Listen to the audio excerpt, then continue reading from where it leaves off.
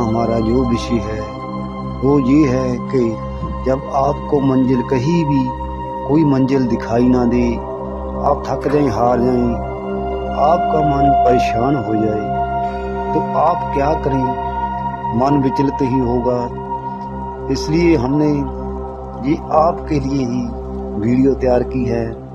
एक बार की बात है, महात्मा बुद्ध अपने शिष्य के साथ एक गांव में जा रहे थे और वह काफ़ी थके हुए थे और वह शिष्य को थका हुआ था और वह थका हुआ महात्मा बुद्ध से कहने लगा कि गाँव कितनी दूर है।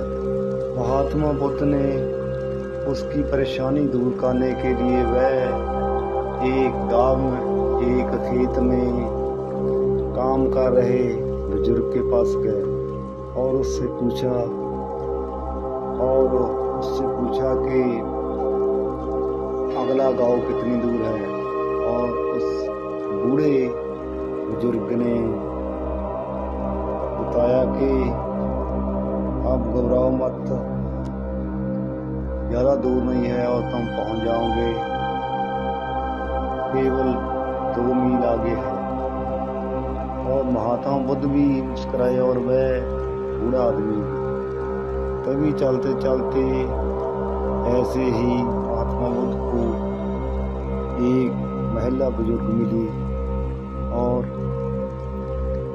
वह महिला से पूछने लगे कि अगला गांव कितनी दूर है। उसने यही बताया कि चिंता मत करो, अगला गांव 2 मील आगे है, आप घबराओ मत, पहुंच जाओगे। और वह मुस्कुराने लगी थे, तभी महात्मा बुद्ध भी मुस्कुराए। यह देखकर शिष्य सोचने लगा कि इसमें मुस्कुराने की क्या बात है। तभी चलते चलते आगे महात्मा बुद्ध एक व्यक्ति से पूछने लगे कि अगला गांव कितनी दूर है। उसने भी पहले की तरह ही जवाब दिया कि अगला गांव इतनी दूर है। तभी शिष्य ने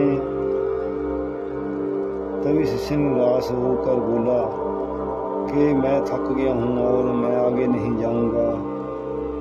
हम जिससे ही पूछते हैं कि गांव कितनी दूर है, वो यह बोल देता है कि 2 मील है।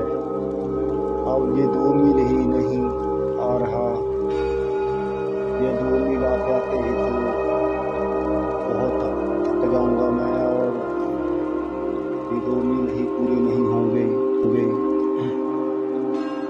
तभी महात्मा बुद्ध ने उसकी परेशानी दूर करने के लिए बोला था कि आखिर लोग अपनी मंजिल तक पहुँच ही जाते हैं, आखिर मंजिल थोड़ी दूर है, ये कहकर 200 मील की दूरी भी तय की जा सकती है। एक यात्रा है और कभी-कभी आगे का रास्ता लंबा और चुनौतीपूर्ण लग सकता है, लेकिन एक बार में एक कदम उठाकर और अपनी प्रगति पर ध्यान केंद्रित करके, चाहे वह कितनी भी छोटी क्यों ना हो, हम सबसे दूर के लक्ष्यों को भी प्राप्त कर सकते हैं।